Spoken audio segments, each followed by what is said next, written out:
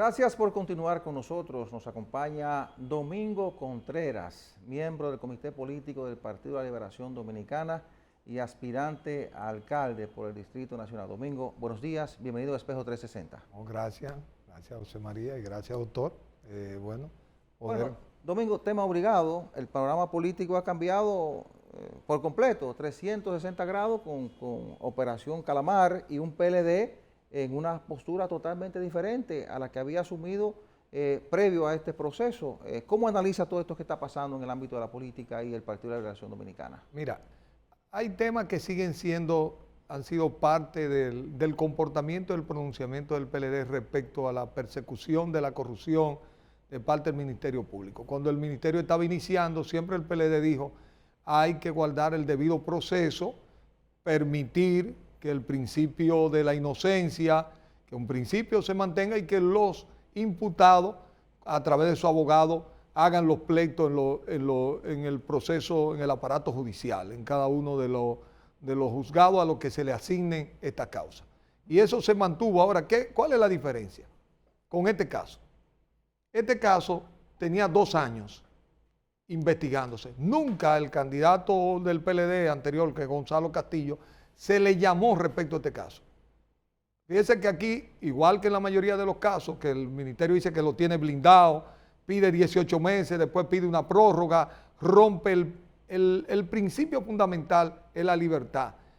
Y lo máximo que el código establece son 18 meses, que en algunos casos se ha pasado de ese periodo y ha creado hasta una confusión en la población respecto al tema de la privación de la libertad con respecto al juicio de fondo, que en muchos de los casos todavía no ha llegado ahí.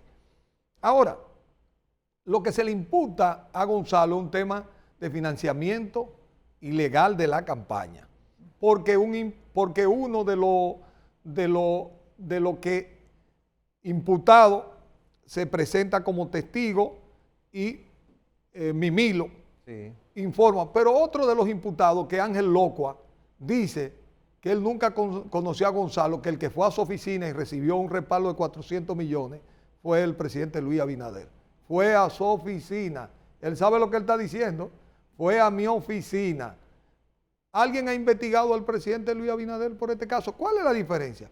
Que ya desde el día 1, cuando se hizo, es la primera imputación hasta hoy, el propio gobierno tiene más de 21 casos. Yo le voy a poner 2, pero uno en especial, que le he dado seguimiento. El del ministro de Vivienda y los terrenos del Canódromo. Ese lote de terreno, comprado a menos de 1,000 y pico de pesos, pagado ahora en esta administración con un préstamo del Banco de Reserva, pero no es solo eso.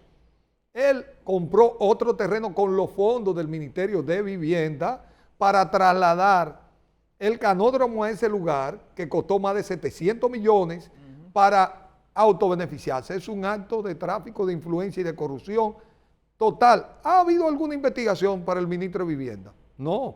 Entonces, a menos que sea que el Ministerio Público diga, mira, yo los casos de corrupción de este gobierno, que van como 21, yo no lo voy a ver ahora.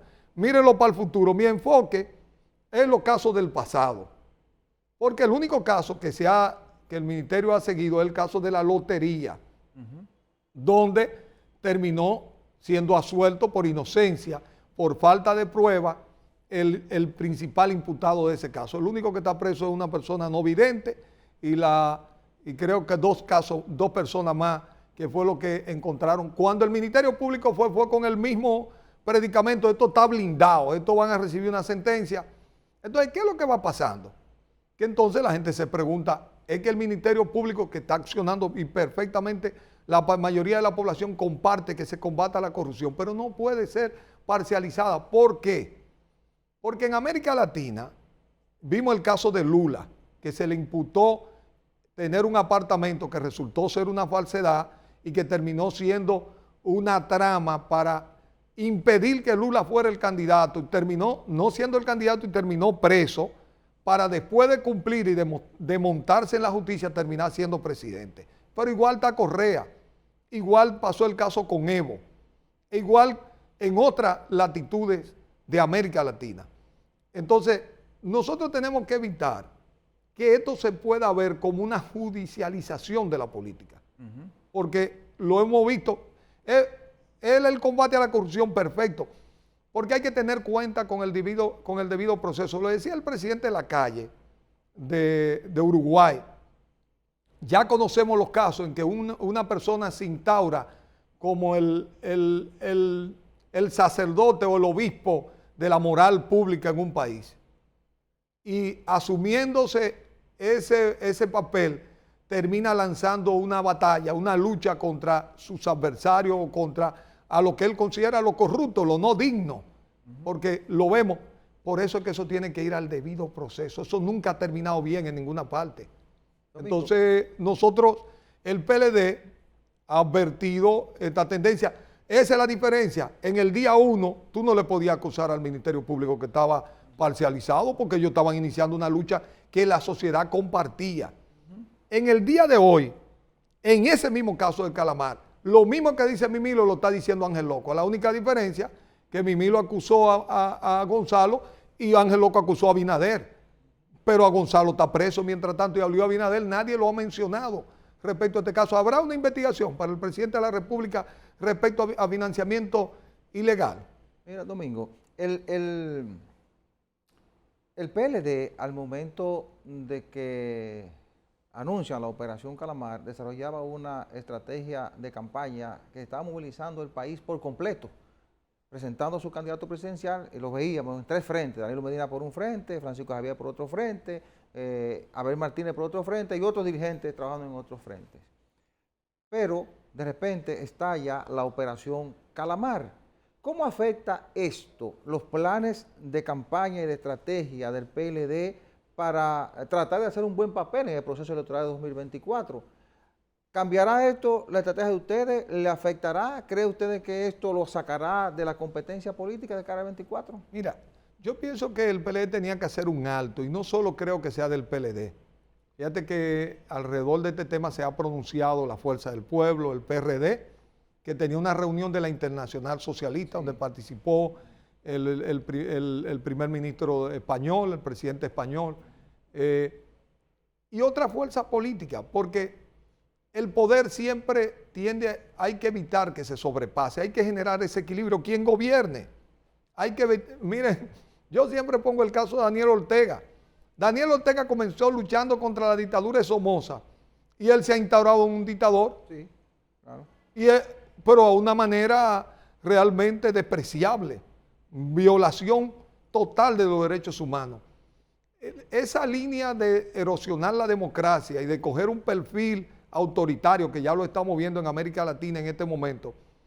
Yo sé que la democracia tiene muchas falencias, muchas debilidades, y no siempre puede responder a los retos que tiene la sociedad ni a la velocidad, pero no se ha inventado ningún sistema mejor que respete un elemento esencial, que es el derecho a la libertad y la libertad de expresión, de asociación, de todo lo que representan la búsqueda permanente de soluciones en estas sociedades que nos toca vivir. ¿Usted cree que hay elementos como para comparar a Ortega con Abinader en estos Las momentos? cosas comienzan con un solo paso, un paso a la vez. Usted había visto un ejemplo de una agresión policial llegar hasta al mar. Yo estuve ahí y vi cómo la policía sacó 70 motores ninja, como cuando va a un barrio a combatir la delincuencia, y cómo se atrevieron a tirar bombas lacrimógenas, que es una barbarie. Porque la policía, como lo señalaba el doctor, son iguales. Tienen unos patrones de actuación en Estados Unidos en todas partes, pero ninguna se atreve. Hay un foro hasta donde usted puede llegar. Y lo dejamos así, no pasa nada. ¿Qué va a pasar en la próxima marcha? Le van a caer tiro a una marcha del PLD, 3 o 4 muertos. Y tampoco va a pasar nada, porque es una organización política que le estamos imputando de una situación de corrupción, y el gobierno se siente superior moral y éticamente y puede actuar. Porque yo escuché decir a la vicepresidenta, efectivamente, el PLD, como cualquier organización social, política de la República Dominicana, en el marco de la Constitución, tiene derecho a pronunciarse sobre cualquier tema. El alto costo de la vida, que está muy alto, el aumento, la gasolina, que debería tener 25 pesos menos con el precio que tiene el barril del petróleo. Entonces, cada grupo que se pronuncie hoy va a ser tratado así. Cuando Abinader se pronunció muchas veces en la calle protestando, en la plaza de la bandera. El PLD le recibió de esa manera. Se le ocultaron su derecho al pronunciamiento, a la marcha verde. No se pudieron, se montaron campamentos frente al Palacio. No se respetaron todos esos ámbitos de reclamos sociales, porque es lo que tiene que ser. Usted puede decir, lo puede ver muy leve lo que ocurrió, no lo mire muy leve, porque hasta ahí no habíamos llegado. La última vez que alguien se había atrevido a hacer eso fue Trujillo, que lo hizo contra el MPD. Ni siquiera en su momento más duro de la represión de los 12 años, que había una intervención inclusive norteamericana de persecución a los grupos de izquierda, se llegó hasta ahí. Por eso, no lo miremos tan simple. Yo sé que este es un momento que la gente lo puede despachar de esa forma. Por eso pienso que el PLD tiene que convocar a la fuerza opositora por los valores democráticos, más allá de la lucha electoral y política. Por eso yo digo, este es un receso en el que el propio gobierno tiene que mirar y marcar los pasos claramente de cómo va a enfrentar no solo este reclamo por ese tema y las luchas sociales que aquí se van a generar. Porque la verdad que el PRD no es afortunado, porque aquí cuando hemos tenido represiones sociales bárbaras han ocurrido en los gobiernos del PRD en 1984, cuando la poblada de Abril. Entonces, y la gente tiene muchas inquietudes sociales, hay muchos problemas sociales. La gente, ya lo dicen los mismos datos del Banco Mundial, la gente se está saltando una comida. Los costos, por ejemplo, una rebaja en los combustibles a partir del valor que tiene el barril del petróleo generaría un alivio en el transporte, por ejemplo, en productos agrícolas. El sector agrícola que tiene que usar, por ejemplo, en medio de la sequía, se incrementa la necesidad de bombear agua los que tienen pozos en su finca para poder mantener su cultivo, y esto aumenta los costos de operación de los cultivos. Entonces, son temas que tienen que ver con la vida. Ahora mismo que la gente está comprando camiones de agua, porque no está llegando agua, el costo de esos camiones es más alto por el costo de los combustibles, son cosas de la vida diaria de la gente y eso se va a manifestar en una expresión de protesta. La vamos a reprimir de esa forma. Tenemos que buscar una manera democrática de atender los reclamos de los diferentes sectores de la sociedad dominicana. ¿Va el PLD a arreciar su lucha o esto lo hará retroceder un poco? Mira, el PLD, yo lo he dicho, el PLD es un partido que ha estado siempre comprometido con la gobernanza de este país. En el 94, cuando aquí hubo la crisis en el 94, que se firmó el Pacto por la Democracia, ¿quién fue el principal actor de ese proceso? Porque era una batalla, bueno, entre el PRD y el Partido Reformista. El PLD tenía una mayoría congresional, Jorge Botello era el presidente de la Cámara de Diputados y nosotros actuamos para evitar un problema de falta de gobernanza en el país, una crisis política que estábamos viviendo. Entonces el PLD siempre ha actuado en esos parámetros. Nosotros somos un partido de Estado, pero hemos gobernado de los últimos 24 años, 20 años, no podemos denegar a nuestra responsabilidad y compromiso con el país. Ahora, si hay una deriva democrática, tampoco nos podemos quedar de brazos cruzados, aunque haya que pagar un precio y aunque mucha gente no lo entienda en el momento. Entonces nosotros vamos a trabajar, estamos en medio de armar una campaña electoral, ese mismo día tomamos la decisión del método que vamos a utilizar para la selección de nuestro candidato. Entonces, paralelamente, yo pienso que hay que ir atendiendo estos temas. Por eso le digo que el PLD tiene que llamar a una mesa con la demás fuerza política opositora para que el gobierno entienda cuál es el mensaje, que esto no es una cosa contra el PLD, es un tema de su responsabilidad de resguardar el clima democrático, lo debido proceso. Es lo que le toca al gobierno y que las instituciones operen y que lo que tenga que ser en el ámbito de la justicia se discuta contra los abogados en los tribunales, en el ámbito social se discuta con respuesta del gobierno a las necesidades sociales y a los retos que se le van armando al gobierno. Ahora mismo, por ejemplo, el tema de la sequía no es un tema de un partido, al gobierno le toca gestionar las soluciones, pero habría que preguntarse cómo lo hizo el PLD en el 97. Nosotros enfrentamos 3 grandes sequías a lo largo de estos últimos 20 años y tuvimos que aprender a dar respuesta, porque los mismos productores, por ejemplo, el ganado en la línea noroeste, que se murió una cantidad de ganado, han desarrollado infraestructura con las propias empresas del sector lechero en la República Dominicana, ahora con la energía solar, ahora con la búsqueda de forma de preservar el agua. Va quedando claro que en el tiempo del cambio climático este es un tema que va teniendo una incidencia en la cadena productiva y en un momento que estamos viviendo una crisis en la canasta familiar, esto va a incrementar esos problemas sociales. Domingo, permítame hacer una pausa comercial. Al regreso, venimos con sus aspiraciones a la alcaldía del Distrito Nacional. Regresamos en unos segundos.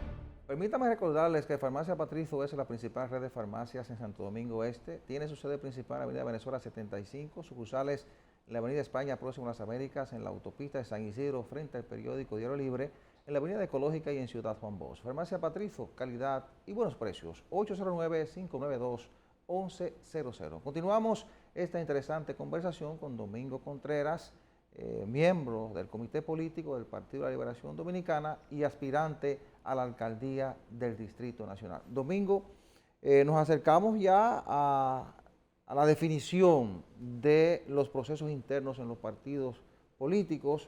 Usted aspira a la alcaldía del Distrito Nacional. ¿Cómo va su estrategia? ¿Cuál es la campaña que está desarrollando para convertirse en el candidato del Partido de la Liberación Dominicana? Mire, en lo que tiene que ver el escenario interno, el partido ha decidido que por encuesta, por lo tanto, va a ser desde la población que va a definir quién va a ser el candidato del Partido de la Liberación Dominicana. Hasta el momento nosotros habíamos reunido un amplio consenso dentro de lo interno del partido y hemos ya hecho nuestra encuesta y tenemos también una, digamos, como dentro del marco del PLD, tenemos una amplia aceptación, digamos, dentro de la población para que nos mira para ejercer ese puesto y ir a la batalla política por ese puesto dentro del partido. ¿Usted sale favorito en las encuestas que hace el partido? No, en las encuestas de trabajo. No, el partido no ha hecho encuestas, la que hemos recibido de algunos amigos y una que nosotros hicimos para trabajar. Sí, hay un reto. Ahora, yo cómo lo veo, habiendo participado en las elecciones pasadas, habiendo tenido dos momentos, un momento en febrero en el que teníamos 8 puntos de ventaja y un momento en marzo en el que perdimos las elecciones. Sí, hubo una conspiración contra usted. Ahí se generó una situación, pero yo he comenzado a reunirme con los sectores de la capital. Por ejemplo, el lunes pasado en la Universidad UNFO hubo un evento sobre el polígono central, donde el ayuntamiento está proponiendo un cambio en la normativa que en la forma en que el ayuntamiento está proponiendo lo afectaría. Estamos hablando de que hoy el polígono central tiene unos 40,000 habitantes y las personas que viven ahí entienden que debe llegar a unos 60,000, pero el ayuntamiento está proponiendo casi triplicar esa suma, ya en una zona colapsada, sin nuevos servicios, sin nueva vía, sin sistema de alcantarillado. Recordémonos lo que pasó el 4 de noviembre, cuando esa zona se inundó y los sótanos, las áreas de parqueo. Hubo muertes en esa ocasión. Claro, 9 personas muertas. Entonces, aquí yo digo que la ciudad de Santo Domingo, que tiene un impulso inmobiliario enorme y que vimos cómo los vecinos ya aprecian la necesidad de nosotros repensar la ciudad. Esta es la ciudad de Centroamérica y el Caribe con mayor cantidad de inversiones, casi toda en el polígono central. El 70% de inversión vienen a parar al polígono central. Es el momento de repensar la ciudad, de mirar los servicios. Esta es una ciudad que requiere ser más verde, que requiere que este dinero del impulso inmobiliario se traduzca en su espacio público, en sus aceras, en su arbolado, en nuevas infraestructuras. Entonces yo, en iluminación de la ciudad para que sea una ciudad más caminable, más amigable, porque es una ciudad que la estamos impulsando en una dirección no de mayor calidad, de contaminación de su aire, contaminación sónico, contaminación de ese parque vehicular. Entonces, yo digo que uno de los principales retos que tiene esta ciudad son esos retos ambientales que tiene la ciudad. Licenciado, yo quiero focalizar mi pregunta en dos contextos y se lo voy a plantear brevemente. El primero es que usted sabe que hay un refrán que dice que a la tercera es la vencida. Sí. Entonces, usted ha sido aspirante a esa posición y ha presentado su propuesta. Yo como ciudadano que me me preocupo por leer y leer lo que cada cual propone. Veo que la suya siempre ha sido una propuesta objetiva, como conocedor de la realidad, ¿verdad?, del distrito. Sin embargo, hemos observado como que su partido no lo apoyó tanto en el momento en que usted necesitaba. No es una acusación de nada, sino de que ahora usted aspira nueva vez y querría saber si en qué condiciones usted cree que va usted a tener éxito en esta ocasión, porque uno espera que a la tercera sea la vencida. Sabiendo usted también la importancia que tienen estas elecciones con miras a las elecciones de julio, de las elecciones generales, porque se dice que el resultado de febrero refleja lo que pueda suceder en julio. Y el otro aspecto de mi pregunta es el siguiente, que usted tocó de manera bien, diría, neural ahí, es lo siguiente.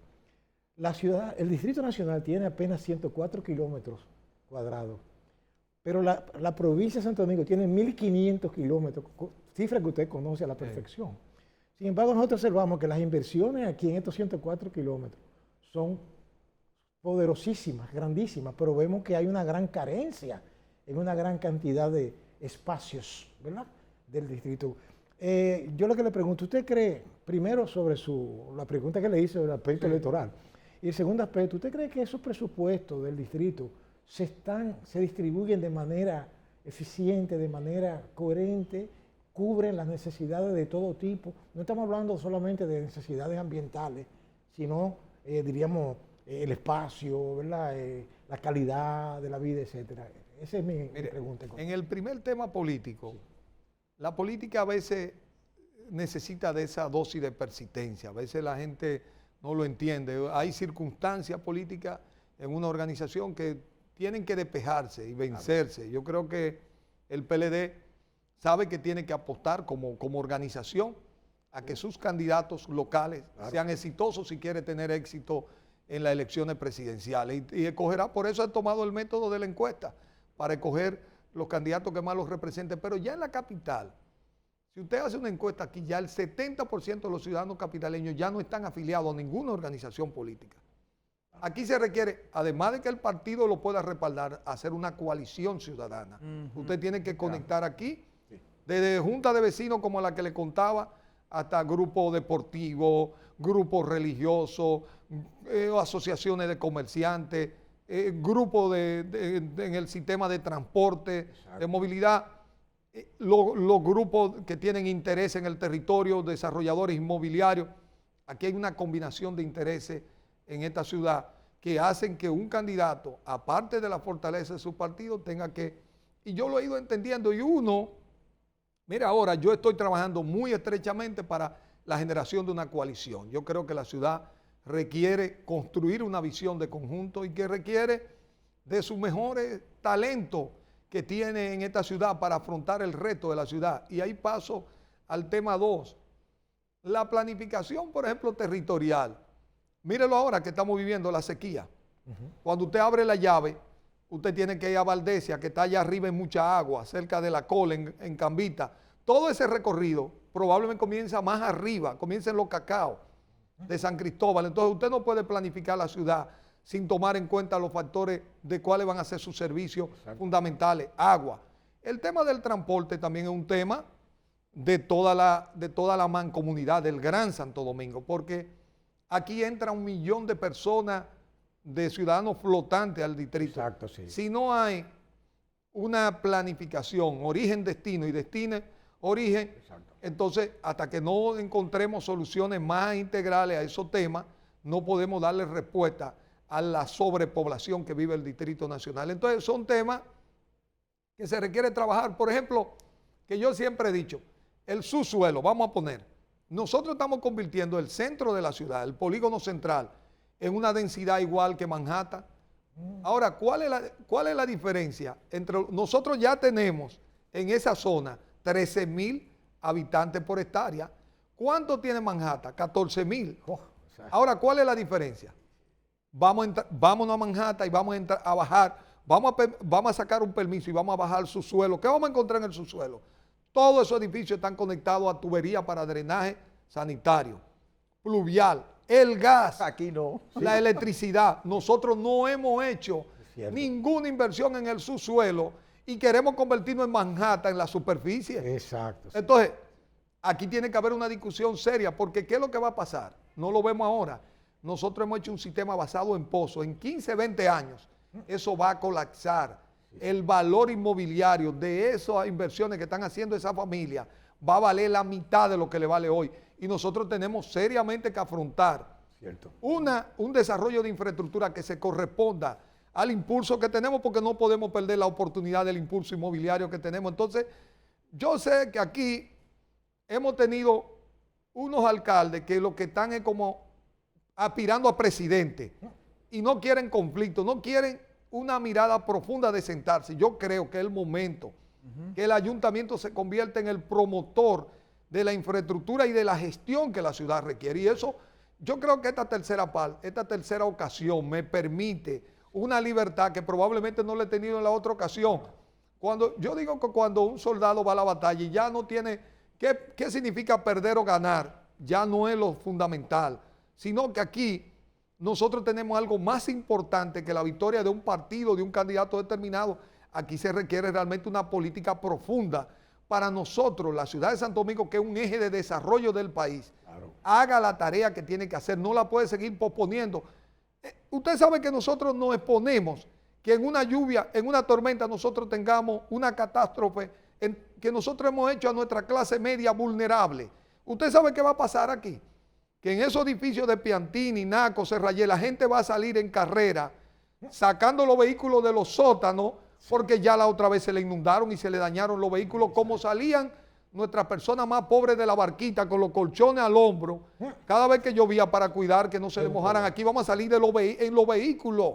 Entonces eso no puede ser. Entonces aquí ya hay que plantarse seriamente a buscar soluciones profundas a los desafíos que tiene la ciudad de Santo Domingo. Para resolver ese problema de drenaje y un asunto quizás más grave, de los pozos esos filtrantes, los pozos tubulares que se hacen, que de hecho un experto en asuntos municipales decía que en cualquier momento vamos a amanecer no inundados, sino inundados en heces fecales. Entonces, ¿qué se necesita realmente invertir? ¿Qué se necesita hacer ahí? Y si en una gestión suya usted cree que sería posible. Mira, ya aquí se comenzaron, por ejemplo, en la Núñez de Cáceres, que es una laguna, ahí se hizo un ducto que cae en el Mar Caribe.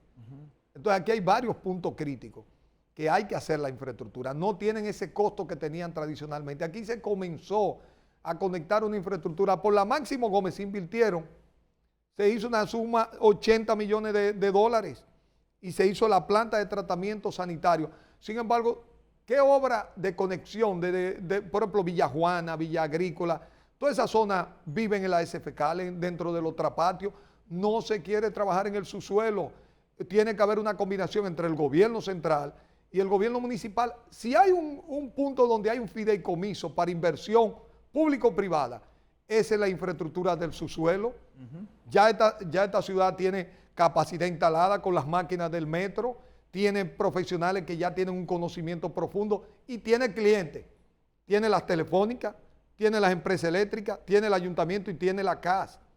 Y tiene a otros privados que tendrían que pagar por estos servicios. Entonces, yo creo que aquí están dadas las condiciones para estos proyectos que le darían una infraestructura a la ciudad para acometer los retos que tiene. Mire, Domingo, en 30 segundos, porque ya se nos termina el tiempo, ¿qué debe tomar en cuenta el electorado para elegir su alcalde en el 2024?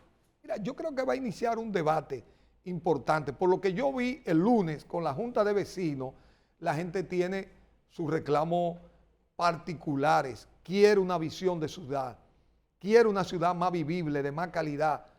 Ya la mayoría de la gente de clase media de este país ha visitado muchos lugares del mundo y sabe que hoy, con el impulso económico que nosotros tenemos, estamos en capacidad de dar una ciudad de mejor calidad. Agradecemos la participación de Domingo Contreras, miembro del Comité Político del PLD y aspirante a la alcaldía del Distrito Nacional. A ustedes, muchísimas gracias por la atención prestada. La cordial invitación para el próximo domingo a la misma hora y por este canal. Buena suerte, buenos días.